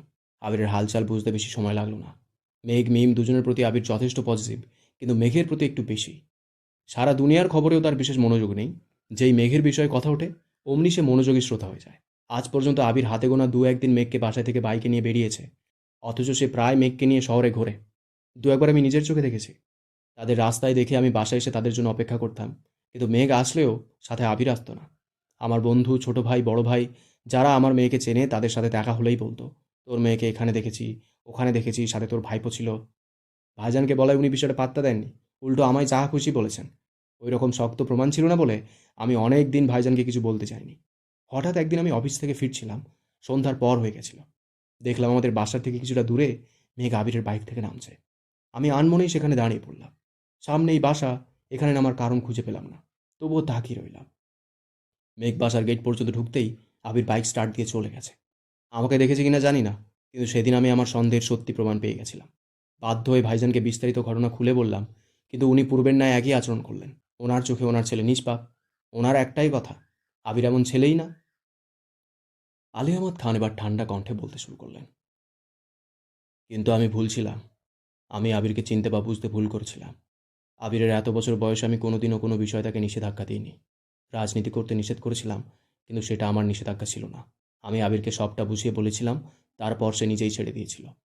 দেশের বাইরে গেছে তার ইচ্ছায়, দেশে আসছে তার ইচ্ছায়। বাইক কেনা, বিজনেস স্টার্ট করা, ব্যাংক থেকে টাকা তোলা, এছাড়াও বাকি যা কিছু করেছে, তার কোনো কিছুতেই আমি আবিরকে নিষেধাজ্ঞা দিইনি। আমি শুধু কারণ জানতে চেয়েছি। কোনো কিছু করতে বারণ করলেও কেন বারণ করি, সবসময় সেটাই বোঝাতে চাইতাম। হঠাৎ কোনো কারণে রাগ দেখালেও অফিসে বসে চা খেতে খেতে ছেলেকে ঠান্ডা মাথায় সব বুঝিয়ে বলতাম, এগুলো তোমরা জানো? না, জানো না। ছেলেদের বয়স 20-25 বা তার উপরে গেলেই বাবা ছেলের সম্পর্কে বিশাল ফাটল ধরে যায়। সেই ফাটল কেন হয় তা জানা নেই। আমাদের সম্পর্কে আমি সেই ফাটলটা ধরাতে চাইনি। আমি সবসময় একজন দায়িত্বশীল, নিষ্ঠাবান আর ভালো বাবা হবার চেষ্টা করতাম। আমি নিজের নীতি নৈতিকতায় যতই কঠোর থাকি না কেন, আবিরের জন্য সবসময় নিজের বেস্টটাই করেছি। আমার ছেলে আমাকে তার বন্ধু ভাববে, তার মনের কথা বলবে, কাউকে ভালো লাগার কথা আমাকে জানাবে। আমি কি সেটা আশা করতে পারি না? আবিরের যখন যা প্রয়োজন ছিল সে নির্দ্বিধায় চেয়েছে, তাহলে মেঘকে কেন চাইতে পারল না? আমার ছেলের ভালোবাসার কথা অন্য কারো মুখে থেকে কেন শুনতে হলো আমায়? আমার বারবার মনে হতো আবির মেঘকে পছন্দ করলে নির্দ্বিধায় আমাকে বলবে। আমি আমার জায়গায় কনফিডেন্ট ছিলাম। ওটাই কি আমার ভুল ছিল? মেহমুদা খান, মালিহা খান, হালিমা খান সবাই নিশ্চুপ। মেঘ মাথা নিচু করে দাঁড়িয়ে আছে। আবির কণ্ঠ দ্বিগুণ ভারী করে বলতে শুরু করল, সরি আপু, আপনি আপনার জায়গাতে ঠিক থাকলেও আমার মনে ভয় ছিল। একটা সময় পর্যন্ত আপনি সত্যি আমার বন্ধুর মতো ছিলেন। কখনো কিছু চাইতে গেলে বা বলতে গেলে দ্বিধাবোধ করিনি। এমনকি আম্মুর সাথেও এত কথা শেয়ার করিনি, যত কথা আপনার সাথে শেয়ার করেছি। কিন্তু ধীরে ধীরে বড় হচ্ছিলাম, আর না চাইতেও দূরত্ব বেড়ে যাচ্ছিল। ছোটোখাটো কোনো বিষয় নিয়ে আপনাদের অতিরিক্ত বাড়াবাড়িটা মনে প্রতিনিয়ত দাগ কাটছিল। আপনাদের ব্যবসা, সমাজ আর পরিবারের মান সম্মান আপনাদের কাছে এতটাই গুরুত্বপূর্ণ ছিল যে বাড়ির সন্তানদের সঠিক মূল্যায়ন দিতে ভুলে যাচ্ছিলেন। আশেপাশের মানুষ কি বলল, সমাজের মানুষ কতটা মূল্যায়ন করলো, কোথায় আপনাদের স্ট্যাটাস ভালো, সেসব নিয়ে এতটাই ব্যস্ত হয়ে পড়েছিলেন যে বাসায় কোন ছেলেটার মন খারাপ, কোন মেয়েটার মন খারাপ, ঠিক কী কারণে মন খারাপ, সেটা জিজ্ঞেস করার প্রয়োজন মনে করতেন না। ধীরে ধীরে দূরত্ব বাড়ল, মনের টান কমল। তবুও বলবো, আপনি সত্যি একজন দায়িত্বশীল বাবা ছিলেন এবং আছেন। আমার পড়াশুনো চলাকালীন সময়ে আপনি সব ব্যস্ততার মাঝেও প্রতিদিন আমায় কল দিয়েছেন, খোঁজ নিয়েছেন। আপনার আশেপাশে মানুষের ভিড় থাকলেও আমার কলটা রিসিভ করে বাবার দায়িত্ব পালন করেছেন। আপনি বাবা হিসেবে বেস্ট ছিলেন, আছেন এবং থাকবেন। কিন্তু ওই যে বললাম বন্ধুর মতো, ওই বন্ধুর মতো সম্পর্কটা হারিয়ে ফেলেছিলাম। মন খুলে কিছু বলতে ভয় পেতাম, তবুও সাহস নিয়ে নিজেকে গোছাচ্ছিলাম। বাসায় মেঘকে বিয়ের প্রস্তাব দেওয়ার জন্য যতটা সম্ভব মানসিক প্রস্তুতি নিচ্ছিলাম। হঠাৎ দেশে ফেরার 1 বছর আগে অনাকাঙ্ক্ষিতভাবে ফুপ্ফির সাথে আমার পরিচয় হলো। ফুপ্ফির সম্পর্কে, এই বাসার নিয়মনীতি সম্পর্কে বিস্তারিত জেনে আমি দিশা হারিয়ে ফেলেছিলাম। কী করব কিছুই বুঝতে পারছিলাম না। যেখানে একমাত্র বোনের ভালোবাসার সম্পর্ক মেনে না নিয়ে 27 বছর সম্পর্ক ছিন্ন রাখতে পারেন, সেখানে আমি কে? আপনার নিয়মনীতি আর মান সম্মানের জন্য আপনি সব করতে পারেন, মেঘকে না জোর করে আমার থেকে আলাদা করে দেন। সেই ভয়ে বাসায় ফিরে মেঘের কথা আপনাদের বলা তো দূর, মেঘের সাথেই ঠিকমতো কথা বলতে সাহস পেতাম না। মেঘের থেকে নিজেকে গুটিয়ে রাখতাম, ওর চোখে চোখ রাখতে পারতাম না। প্রতিনিয়ত ভয় হতো আপনাদের নিয়মনীতির ভিড়ে এই বুঝি আমি ওকে হারিয়ে ফেলব। আলী আহমদ খান গম্ভীর কণ্ঠে বললেন, তার মানে তোমার ফুফির সাথে তোমার আগে থেকেই পরিচয় ছিল? অবশ্য এটা আমি আগেই সন্দেহ করছিলাম। রাকিব তোমার বেস্ট ফ্রেন্ড, তার বোনকে তানভীরের মাধ্যমে বাসায় আনিয়েছ। রাকিবের বোনের বিয়ের খবর তোমার অজানা থাকার কথা না, আর সেখানে তার শ্বশুর শাশুড়ির সাথে পরিচিত হওয়াটাও অস্বাভাবিক কিছু না। কিন্তু তুমি যেসব ভেবে ভয় পেয়েছিলে সেটা নিতান্তই তোমার ভুল ধারণা ছিল। তোমার ফুফির ঘটনা আজ থেকে বহু বছর আগে, তখনকার পরিস্থিতি বর্তমানের মতো ছিল না। তখন সমাজে প্রেমের বিয়েকে এত সহজভাবে মেনে নিতও না। কোনো বাড়ির মেয়ে পালিয়ে গেলে বা নিজের মতো বিয়ে করলে ওই এলাকায় সেই মেয়ের আর তার পরিবারের নামে দুর্নাম ছড়িয়ে পড়ত। সমাজের চোখে সেই পরিবার বিষাক্ত হয়ে যেত। বর্তমানে যুগ পাল্টে গেছে, প্রেমের সম্পর্ক মেনে নিতে পরিবার আর আগের মতো দ্বিধা করে না। ইকবাল খান শান্ত স্বরে বললেন, সবই বুঝলাম, কিন্তু তোমরা যেহেতু সব জানতে আর মেনেই নিয়েছিলে, তাহলে এতদিন কেন কিছু বললে না? মোজাম্মেল খান ধীর কণ্ঠে বললেন, বললাম না, আমি মানলেও ভাইজান মানতে চাননি। তারপর কি হয়েছে? কালই বা হঠাৎ ভাইজান মেনে নিলেন কিভাবে? কাল হঠাৎ মানলেন কেন এটা আমিও জানি না, কিন্তু ভাইজান এমনিতেই মেনে নেননি এটা শিওর। 1 বছর আগে আমি যখন ভাইজানকে বিস্তারিত বলেছিলাম, তখন ভাইজান বিশ্বাস করেননি। তখন আমি বলেছিলাম যেন আবিরকে উনি পরীক্ষা করেন। আবিরকে বিয়ের কথা বললে আবির কীভাবে রিয়্যাক্ট করে সেটাই বুঝতে চাইছিলাম। আবির স্পষ্টবাদী ছেলে, তাই ভেবেছিলাম যে মেঘের কথা বলে দেবে, কিন্তু সে বলল না। ভাইজান খাবার টেবিলে বসে আমার দিকে তখন অগ্নি দৃষ্টিতে তাকিয়েছিলেন। তাই আমিও আবিরকে রাগানোর জন্য অন্য মেয়ের কথা বলেছিলাম, যেন মনের কথা বলে দেয়। আবির এমনভাবে রিয়্যাক্ট করলো, সাথে 1 বছরের জন্য বিয়ে স্থগিত করে দিল। সবার সামনে কিছু না বললেও ভাইজান আড়ালে আমায় যাচ্ছে তাই কথা শুনিয়েছে। আবির মেঘকে ওই নজরে দেখে না, পছন্দ করে না, হেন তেন আরও অনেক কিছু। তখন আমার ভেতরেও জেদ ঢোকে। আমিও ভাইজানের সাথে চ্যালেঞ্জ করেছিলাম, আবির মেঘকে পছন্দ করে এটা আমি প্রমাণ করেই ছাড়ব। তারপর শুরু হলো মেঘের জন্য ছেলে দেখা। আমার খুব কাছের বন্ধু দেশে ফেরায় এমনিতেই তাকে আর তার বিবাহিত ছেলেকে বাসায় দাওয়াত দিয়েছিলাম। আবিরকে শুনিয়ে বললাম মেঘকে দেখতে আসবে। ভেবেছিলাম আবির রিয়্যাক্ট করবে, কিন্তু না, আবির কোনো প্রকার রিয়্যাক্ট করলো না, মুখ ফুটে কিছু বললও না। তানভীর একাই রাগারাগি করল। ভাইজানের সামনে আবারও প্রমাণ হয়ে গেল আমি ভুল, উনি ঠিক। ভাইজানের কাছে ভুল প্রমাণিত হলেও বিকেলে যখন বন্ধু আর তার ছেলে বাসায় না আসে, আমি আমার সত্যতার প্রমাণ পেয়েছিলাম। দ্বিতীয়বার তানভীর আবিরকে না জানিয়ে ছেলে আনার সিদ্ধান্ত নেই। সেবারও আবির কোনো না কোনোভাবে খবর পেয়ে গেছিল, হয়তো খবরটা বাসা থেকেই কেউ দিয়েছিল। তখন ভাইজান আমাকে বলেছিলেন আমি ছেলে বাসায় এনে তারপর যেন ওনাকে জানাই। ওনার কথার আসল মিনিং এটাই ছিল, মেঘের বিয়ে ভাঙার ব্যাপারে আমি শুধু শুধু আবিরকে সন্দেহ করছি। আবির এসবের কিছুই জানে না। পারলে ওনার সামনে প্রমাণ করতাম, নয়তো আবিরকে দোষারোপ না করতে। পারলে ওনার সামনে প্রমাণ করতাম, নয়তো আবিরকে দোষারোপ না করতে। আমিও সেই কথা মাথায় রেখে ছেলে নিয়ে বাসায় আসলাম। হুট করে আবির বাসায় এসে চিৎকার করল। নিজের ভালোবাসার কথা প্রকাশ না করে উল্টো 6 মাস বিয়ে বন্ধের হুঙ্কার দিল। আমি মেনে নিয়েছিলাম, কারণ আমি সেদিন জিতে গিয়েছিলাম। ভাইজানের সামনে প্রমাণ করে দিয়েছিলাম মেঘের প্রতি আবিরের অন্যরকম টান আছে। কিন্তু ভাইজান মানতে পারলেন না। উনি আমার কাছে হেরে গেছেন এটা উনি মানতেই পারছিলেন না। আমার জেতার খুশি সহ্য করতে না পেরে ভাইজান আবিরের ওপর ইচ্ছে মতো রাগ ঝাড়লেন। আবিরও রাগ করে বাসা ছেড়ে চলে গেল। 2-3 দিন পর ভাইজানের রাগ কিছুটা কমেছে। তখন নিজের হার মেনে নিয়ে আবিরকে বাসায় আনার চেষ্টা করেছেন। তবে এটা ঠিক, ভাইজান বহুবার চেষ্টা করেছেন আবির যেন মেঘের কথা ভাইজানকে জানায়। তার জন্য ভাবিকে দিয়েও চেষ্টা করিয়েছেন। আবির বাইরে যাবার আগের দিন সকালেও ভাইজান আবিরকে জিজ্ঞেস করেছিলেন আবির কিছু বলতে চায় কি না, কিন্তু আবির কিছু না বলেই চলে গিয়েছিল। এদিকে ভাইজান নিজের হার মন থেকে মানতে পারছিলেন না, তাই প্রতিনিয়ত আমার সাথে ফোঁস করতেন। খান বাড়িতে ক্ষণিকের নিস্তব্ধতা বিরাজমান।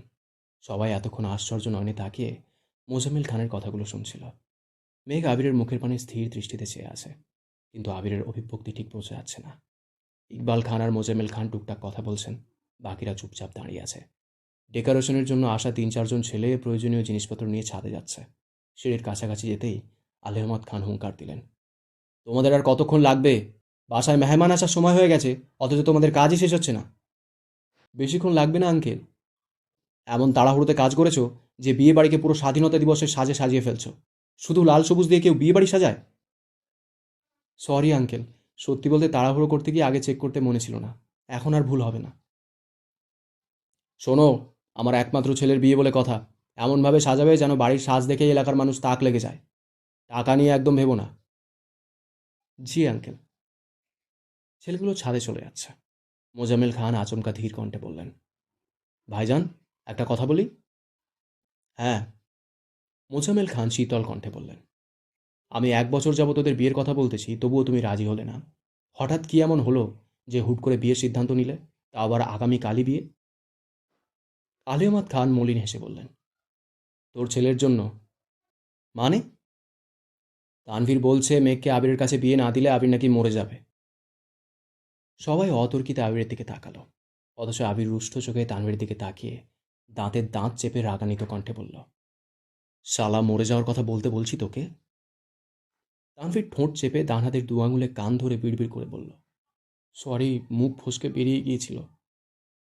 দূর শালা। তানভীর কপট রাগী স্বরে বলল, শালা না, সম্বন্ধী। আবির ঠোঁট বেঁকিয়ে রাগী স্বরে বলল, তোকে আমি দেখে নিব। মেহমুদা খান বললেন, আবির, রুমে গিয়ে ফ্রেশ হয়ে খাওয়া দাওয়া করে নে। রেডি হতে হবে তো। আবির ঘড়ির দিকে তাকিয়ে উদ্বিগ্ন কণ্ঠে বলল, এই ভর দুপুরে রেডি হয়ে কি করব? আলী আহমদ খান মেঘকে ইশারা করে গম্ভীর কণ্ঠে বললেন, আমার বৌমার শহর ঘুরে গায়ে হলুদের ফটোশ্যুট করার ইচ্ছে। যাও, শাওয়ার নিয়ে ঝটপট রেডি হও। আবির মেঘের দিকে একবার তাকালো। পরপর সবার দিকে এক নজর তাকিয়ে আচমকা মেঘকে কোলে তুলে নিল। আলী আহমদ খান সহ উপস্থিত সবাই আঁতকে উঠল। মেঘ অস্পষ্ট গলায় আর্তনাদ করে উঠল। আলী আহমদ খান তপ্ত স্বরে বললেন, তোমাকে রুমে গিয়ে শাওয়ার নিতে বলছি, তুমি ওকে কোলে নিয়েছো কেন? আবির রাজভারী কণ্ঠে বলল, আমি আপনাদের কাউকে বিশ্বাস করি না। কোন ভরসায় রেখে যাব এখানে? যদি আবার লুকিয়ে ফেলেন, আমি আর কোনো রিস্ক নিতে পারবো না, সরি। আবির মেঘকে কোলে নিয়ে নিরুদ্বেগ ভঙ্গিতে সিঁড়ি দিয়ে উঠছে। তানভীর হাত দিয়ে মুখ চেপে হাসছে। আলী আহমদ খান, মোজাম্মেল খান, ইকবাল খান স্তব্ধ চোখে সেদিকে তাকিয়ে আছে। বাড়ির মহিলারাও থম মেরে দাঁড়িয়ে আছেন। সন্ধ্যার অনেক পরেও আলী আহমদ খান অফিসে নিজের কেবিনে বসে কাজ করছিলেন। মোজাম্মেল খান আজ অফিসে আসেননি। আবির সিফাতের উপর রাগ করে দুপুর দিকেই অফিস থেকে চলে গেছে। ইকবাল খান সন্ধ্যা পর্যন্ত ছিলেন। হঠাৎ বাসা থেকে কল আসছে, বাজার নিয়ে যেতে হবে। তাই উনিও সন্ধ্যার দিকে চলে গেছেন। সিফাত কাজ শেষ করে অনেকক্ষণ এমনিতেই বসে বসে আলী আহমদ খানের সাথে গল্প করছিল। রাত বেশি হয়, সিফাতকেও ছুটি দিয়ে দিয়েছেন। সিফাত অফিস থেকে বের হবার 10 মিনিটের মধ্যে রাকিব আর রাসেল আলী আহমদ খানের কেবিনের সামনে উপস্থিত হলো। রাকিব সালাম দিয়ে মৃদু স্বরে বলল, আঙ্কেল, ভেতরে আসতে পারি? আলী আহমদ খান কপালে ভাঁজ ফেলে বললেন, আরে রাকিব যে, আসো, ভেতরে আসো। রাসেলকে খানিক দেখে কিছুটা চিন্তিত স্বরে জানতে চাইলেন, কি ব্যাপার, তোমরা হঠাৎ আমার কাছে কি মনে করে? রাকিব পেছনে ঘুরে কিছুটা তপ্ত স্বরে ডাকল, এই তানভীর, ভেতরে আয়। তানভীর গুটি গুটি পায়ে রুমে এসে মাথা নিচু করে দাঁড়ালো।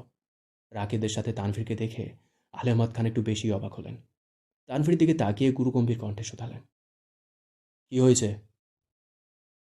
রাকিব শ্বাস ছেড়ে বুকে সাহস নিয়ে বলল, আঙ্কেল, আপনার কাছে একটা রিকোয়েস্ট ছিল।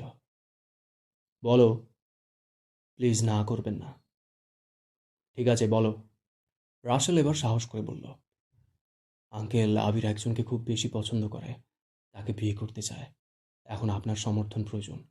প্লিজ না করবেন না। আলী আহমদ খান রাগী স্বরে বললেন, আবির তোমাকে পাঠিয়েছে? তানভীর চট জলদি উত্তর দিল, না না, ভাইয়া কিছু জানে না, আমরা নিজে থেকে আসছি। রাকিব ঠান্ডা কণ্ঠে বলতে শুরু করলো, আঙ্কেল, এখানে আসার ব্যাপারে আবিরকে আমরা কিছুই জানাইনি। আবির জানলে কখনো আসতে দিত না। কিন্তু চোখের সামনে আবিরের এত কষ্ট দেখে আমাদের সহ্য করতেও কষ্ট হয়। আবির আপনাকে খুব সম্মান করে, শুধুমাত্র আপনাদের কথা ভেবে নিজের মনের আবেগ প্রকাশ করতে পারে না। সত্যি বলতে, আবির মেঘকে অনেক বেশি ভালোবাসে, মেঘকে বিয়ে করতে চায়। কিন্তু আপনারা রাজি হবেন কিনা সেই ভয়ে এতদিন আপনাদের কিছু বলতে পারছিল না, আর না মেঘকে কিছু বলছে। এখন মেঘও আবিরকে খুব পছন্দ করে। আপনি তো এই সম্পর্কটা প্লিজ মেনে নিন। এখন আমার কি করতে হবে? আবির আজ বাসায় নিজের মনের কথা জানাবে, মানে মেঘকে বিয়ে করার কথা বলবে। আপনি প্লিজ রাজি হয়ে যাবেন। একমাত্র আপনি বললে বাসার সবাই মেনে নেবে। যদি আমি মেনে না নিই তখন? রাকিব আঁতকে উঠে বলল, আঙ্কেল, এমন কিছু করবেন না প্লিজ। কেন করব না? আমার ছেলের জন্য বউ খোঁজার অধিকার কি আমার নেই? সে নিজে কিছু বলতে সাহস পাচ্ছে না বলে তোমাদের পাঠিয়েছে, আর তোমরাও আমাকে মানাতে চলে আসছো। শোনো, তোমাদের বন্ধুকে বলে দিও আমি ওর সম্পর্ক মানব না। তানভীর ভ্রু কুঁচকে প্রশ্ন করল, কেন মানবেন না বড় আব্বু? আমার ইচ্ছে আমি ছেলেকে দেখে শুনে বিয়ে করাবো। তোমার কোনো আপত্তি আছে? জি। কি? বনু আর ভাইয়া দুজন দুজনকে ভালোবাসে, সেখানে অন্য কাউকে দেখার প্রশ্নই আসে না। তাছাড়া আপনি ভাইয়ার জন্য অন্য কোনো মেয়ে দেখলেও বিশেষ কোনো লাভ হবে না, কারণ ভাইয়া আমার বোন ছাড়া কারোর দিকে তাকিয়েও দেখবে না। আলিহমাদ খান গম্ভীর কণ্ঠে বললেন, তানভীর, তুমি কি জানো না খান বাড়িতে প্রেম নিষিদ্ধ? প্রেম নিষিদ্ধ বলেই ভাইয়া বনুর সাথে প্রেম করার চিন্তাও করেনি, সরাসরি বিয়ের সিদ্ধান্ত নিয়েছে। আপনি কি চান না ভাইয়া ভালো থাকুক? হ্যাঁ চাই, কিন্তু আমার নিয়ম নীতি ভেঙে নয়। তানভীর রাগে ফোঁস করে বলে ফেলল, কোন নিয়মনীতি ভাঙার কথা বলছেন? যেই নিয়মনীতি সন্তানের খুশি সহ্য করতে পারে না, সেই নিয়মনীতি চিরতরে ভেঙে দেওয়া উচিত। আপনাদের নিয়মনীতি কি সন্তানের জীবনের থেকেও বেশি দামি? মানে? তানভীর চুপ হয়ে গেছে। আলী আহমদ খান পুনরায় বললেন, কি বলতে চাচ্ছ? তানভীর গম্ভীর কণ্ঠে বলল, মেঘকে না পেলে ভাইয়া সুইসাইড করবে। আলী আহমদ খান বসা থেকে দাঁড়িয়ে চিৎকার করে উঠলেন, হোয়াট? রাকিব শীতল কণ্ঠে বলল, জি আঙ্কেল, আর বিষয়টা এখন মজার জায়গাতেও নেই।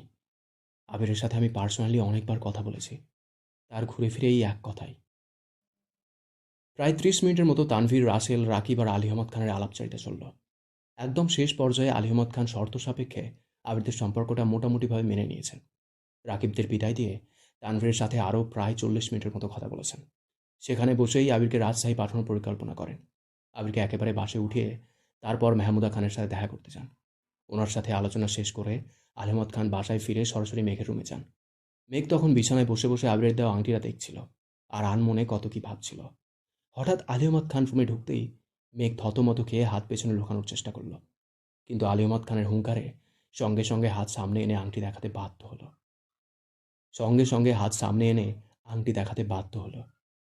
আলী আহমদ খান গুরুভার কণ্ঠে জিজ্ঞেস করলেন, তুমি আবিরকে ভালোবাসো? মেঘ অবাক লোচনে তাকিয়ে আবিরের শিখিয়ে দেওয়া কথাগুলো মনে করার চেষ্টা করল, কিন্তু আলী আহমদ খানের সামনে দাঁড়িয়ে মিথ্যা বলার মতো সাহস মেঘের নেই। তাই বাধ্য হয়ে বলল, জি। বিয়ে করতে চাও? মেঘ আঁতকে উঠে শীতল চোখে তাকালো। কিছুক্ষণ নীরব থেকে ধীর কণ্ঠে বলল, আপনারা রাজি থাকলে। আলী আহমদ খান গুরুভার কণ্ঠে বলে উঠলেন, তুমি সত্যি সত্যি আবিরকে ভালোবাসলে আর বিয়ে করতে চাইলে আমি যা বলবো তা মানতে হবে। যদি রাজি থাকো তাহলে 3 দিন পরই তোমাদের বিয়ে দিয়ে দিব। বলো, রাজি আছো? মেঘ আশ্চর্য নয়নে তাকিয়ে রইল। আলী আহমদ খান পুনরায় বললেন, আবারও বলছি, যদি আবিরকে নিজের করে পেতে চাও তাহলে আমার শর্ত মানতে হবে। আবিরকে চাও কি না? মেঘ কাঁপা কাঁপা গলায় বলল, চাই। ঠিক আছে, তোমার ফোনটা আগামী 3-4 দিন আমার কাছে জমা থাকবে, আর তুমি কোনোভাবে আবিরের সাথে যোগাযোগ করার চেষ্টাও করবে না। আমার সিদ্ধান্ত ছাড়া বাসার বাইরে পাও রাখবে না।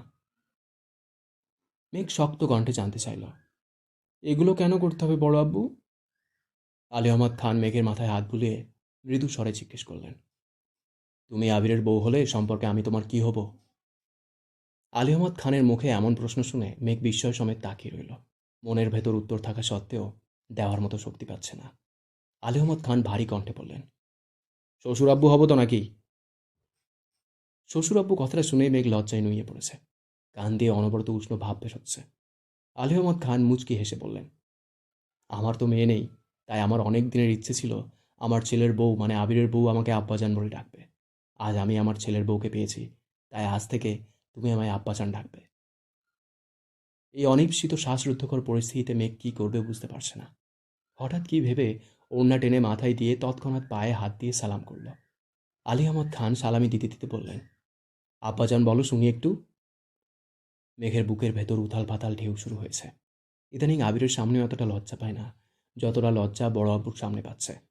মেঘ নিজের সাথে যুদ্ধ করে বুকে সাহস নিয়ে আস্তে করে বলল, আব্বাজান। মাশাআল্লাহ, আলহামদুলিল্লাহ, আমার মনের আশা আজ পূরণ হলো। এখন বলো, তুমি কি তোমার আব্বাজানের জিদ দেখতে চাও না? তোমার আব্বু প্রতিনিয়ত আমার সাথে খোঁচাখুচি করে, অথচ আমি কিছুই বলি না। তুমি যদি আমার কথা মানো তাহলে এবার আমিই জিতব। তুমি কি চাও না আমি জিতি? জি চাই। ঠিক আছে, আমাদের মধ্যকার আলোচনা যেন তোমার আব্বুর কানে না যায়। এখন বলো, তুমি কি আমার শর্তে রাজি আছো? জি, আমি সব শর্তে রাজি, কিন্তু আলী আহমদ খান জিজ্ঞেস করলেন। কিন্তু কি, কিছু লাগবে? মেঘ মাথা নিচু করে শক্ত কণ্ঠে বলল, আমার শুধু আবির ভাইকেই লাগবে। তোমার আবির ভাইকে তুমি ঠিক সময় পেয়ে যাবে, চিন্তা করো না। সেদিনের পর থেকে তানভীর আর মেঘ দুজনকে আলী আহমদ খান যা বলেন তারা তাই করে। মেঘকে নিয়ে শপিংয়ে যাওয়া, ফেশিয়াল করতে পার্লার নিয়ে যাওয়া, এমনকি তানভীর এলাকার স্পাইগুলোকে পর্যন্ত আবিরের কল ধরতে নিষেধ করে দিয়েছে। সবই আলী আহমদ খানের কথাই করেছে। ওনার কথা না মানলে উনি মেঘ আবিরের বিয়ে মানবে না। এই আতঙ্কে তানভীর সব মেনে নিয়েছে। প্রথম দুদিন বাসার কেউই কিছু জানতে পারেনি, কিন্তু একদিন সিফাত কাউকে না জানিয়ে বাসায় চলে আসায় কিছুটা এলোমেলো হয়ে গেছিল। সিফাতের চালচলন খুব একটা সুবিধাজনক মনে হয়নি, তাই আলী আহমদ খান পরিকল্পনা করে তানভীরকে দিয়ে মেঘকে বাইরে পাঠিয়ে দিয়েছিল। সিফাত বাসা থেকে যাওয়ার পর থেকে বাসায় সিফাতকে নিয়ে টুকটাক আলোচনা শুরু হচ্ছিল। মেঘের কানে এসব গেলে মেঘ কষ্ট পাবে, তাই উনি একদিনের মধ্যে সবকিছু রেডি করে বাসার সবাইকে জানিয়ে দিয়েছে। মোজাম্মেল খান আগে থেকেই রাজি ছিলেন। তাছাড়া মেঘদের ব্যাপারে ওনার সিদ্ধান্ত তেমন কার্যকর নয়, সেজন্য আলী আহমদ খানের কথাই শেষ কথা ছিল।